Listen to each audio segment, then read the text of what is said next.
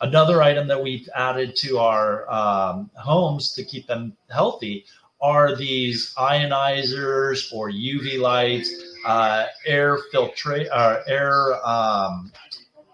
filters that actually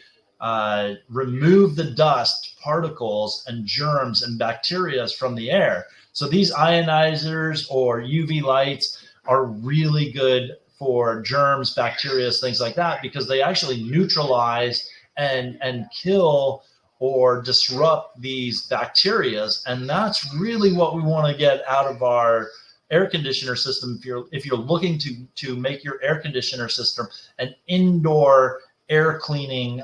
system that actually cleans the air and doesn't just capture the dirt, you want to add one of these systems to it to make sure that we purify our air instead of just remove some of